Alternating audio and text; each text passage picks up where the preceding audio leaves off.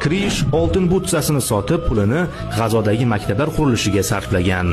2011-yilda Ronaldo Real Madrid safida 40 ta gol urishga erishdi va La Liganing eng yaxshi to'prar sifatida oltin butsa bilan taqdirlangan. Cristiano sovrinni javonning eng ko'zga ko'ringan joyida saqlashi mumkin edi. Ammo u buning o'rniga mukofotni auksionda 1.2 million funtga sotgan.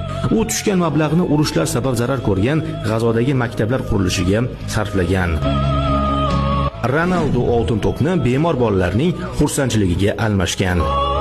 Yana bir nufuzli kubok, oltin to'p ham futbol dahosining javonida chang bosmadi. Futbolchi uni Londondagi kimoshdi savdosida ko'rgazma uchun 580 ming funt sterlingga sotdi. Pulni og'ir va davolab bo'lmaydigan kasalliklarga chalingan bolalarning xursand bo'lishi uchun Make a Wish xayriya jamg'armasiga topshirdi. Mukofot pullarini xayriyaga ishlatgan.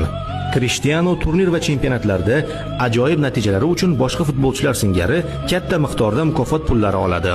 Shunday qilib 2013-yilda Krish UEFA talqiniga ko'ra yilning ramziy terma jamoasiga kiritildi va buning uchun 100 ming yevro mukofot oldi.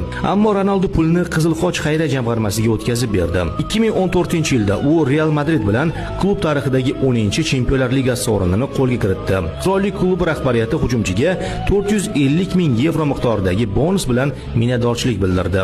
Krish esa sovg'ani UNICEF, Save the Children va World Vision xayriya jamg'armalariga tarqatdi. Mashhur futbolchining tanasida bitta ham tatuirovka yo'q. Cristiano Ronaldo muntazam ravishda donorlik maqsadida qon topshiradi va tatuirovkalar bunday muolajalar uchun kontrindikatsiya hisoblanadi.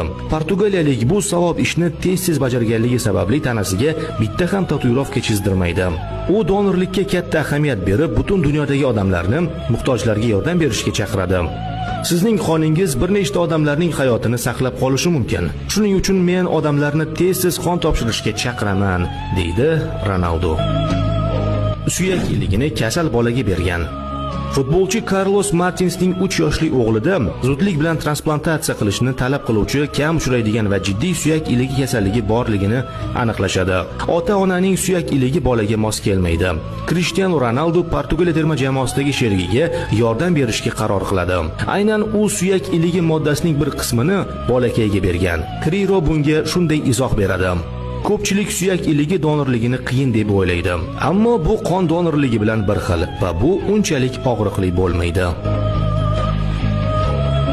Ronaldoning bu kabi saxovatli ishlari juda ko'p. Men aytganlarim ayrimlari edi xolos.